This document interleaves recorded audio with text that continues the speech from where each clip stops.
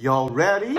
Say Yes, bitch! Good evening and welcome to Woolly Mammoth's virtual progressive party, our first ever online benefit. We are bringing our party into your homes because, as they say in the theater, the show must go on online.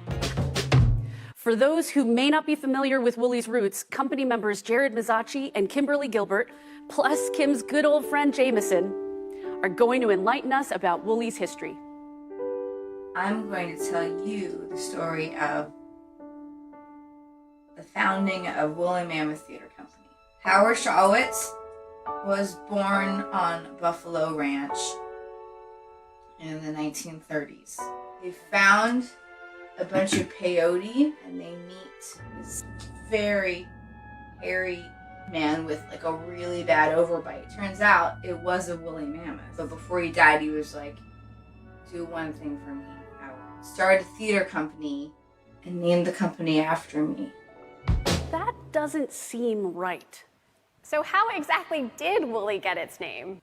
I've been waiting for someone to ask me this question, but to answer it, we must go back in time. He was high. I feel like Howard Shawitz had on a wool sweater and somebody was like, Woolly, and that was it.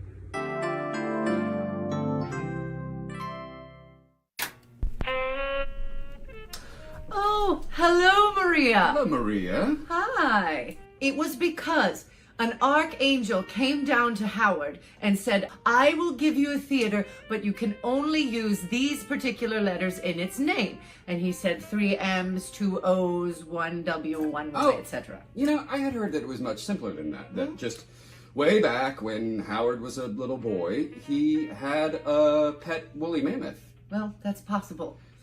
Let's call in the expert, Artistic Director Emeritus, Howard Shawitz.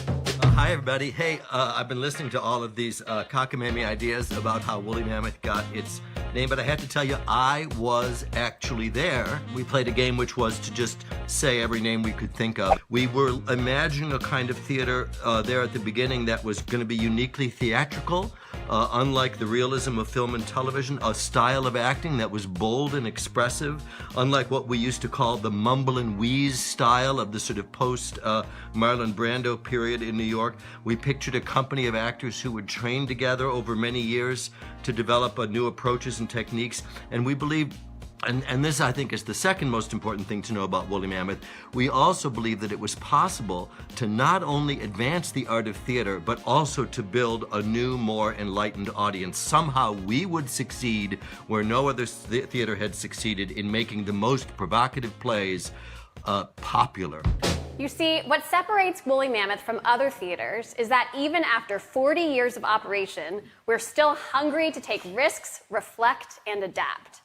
We are a radically inclusive community across race, ethnicity, nationality, age, gender identity, sexual orientation, physical ability, socioeconomic background, and political viewpoint, in which all are encouraged to exchange ideas freely and reach for new understanding. We exist to make space for art that highlights the stunning, challenging, and tremendous complexity of our world. And we want each and every single one of us to feel woven into that complexity. Hey y'all, Dawn Ursula here. Hi, I'm Emily. Hi, this is Sarah Rule. All the way from New York City, it's Jessica Prince-Duke.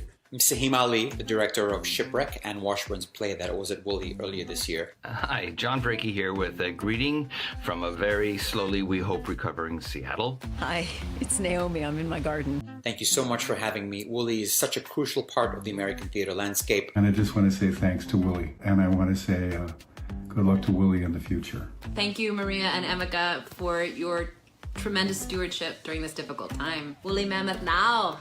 Woolly Mammoth forever. I love Woolly, and Woolly is legit my home. Please, please consider giving to Woolly this season. We will be back better and stronger. We'll see you on the other side of this.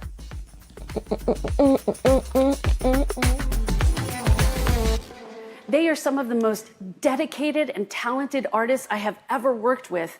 They challenge themselves and they challenge me to stay true to our mission, to double down on Woolly Mammoth being the most courageous theater company in the United States. In addition to the artists you see on stage, many people work tirelessly behind the scenes to bring our productions to life.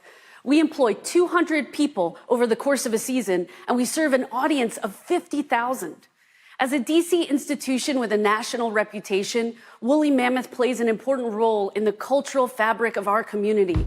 And now, I am finally allowed to share with you some of the projects we are working on. That's right, you're right. What's next? What's the plan? Who's next? You know who's next. That bitch Madeline. Be a never-ending whisper, come and show me where your scales are dry.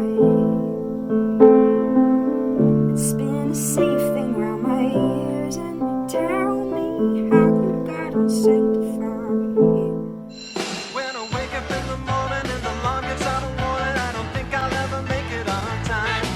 By the time I grab my books and I give myself a look, I'm at the corner just in time to see the bus fly by. I just like to remind you periodically that I love you, son. If you ever should find you need encouragement, then you call me son.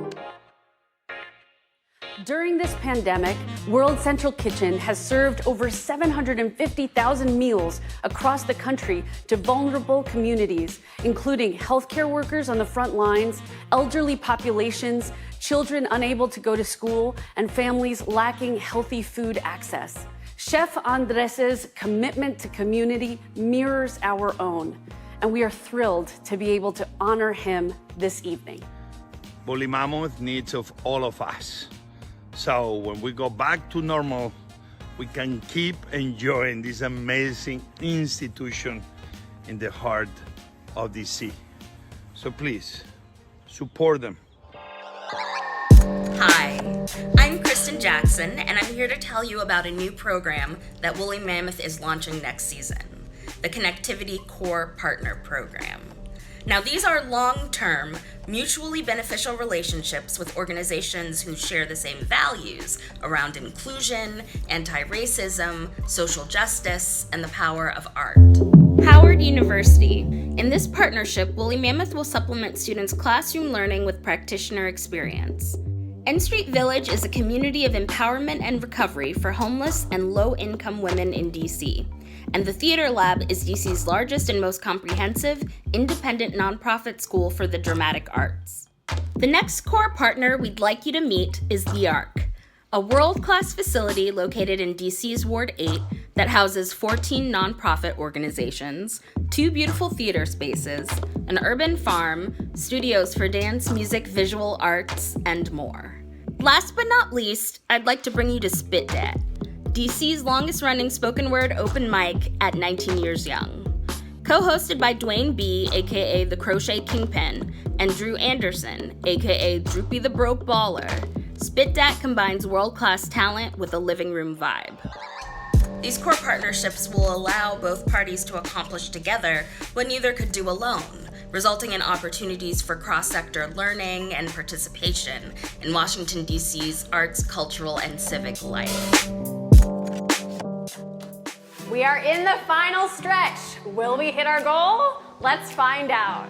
Hopefully, after tonight, you have a better sense of what is in store for Woolly's future and what we need to make this future a reality. And this future is filled with so many ideas, so many artists, so many possibilities, so many new play... Maria, we just got a $10,000 gift in from an anonymous donor. Yes, $10,000. Yeah. Is there anyone else who can help support us at this level? I'm looking at you, Lin-Manuel Miranda. We have raised over $106,000 for Woolly Mammoth Theatre Company. We can't wait to welcome you back to Woolly Mammoth with open arms. Good night. Heck yeah.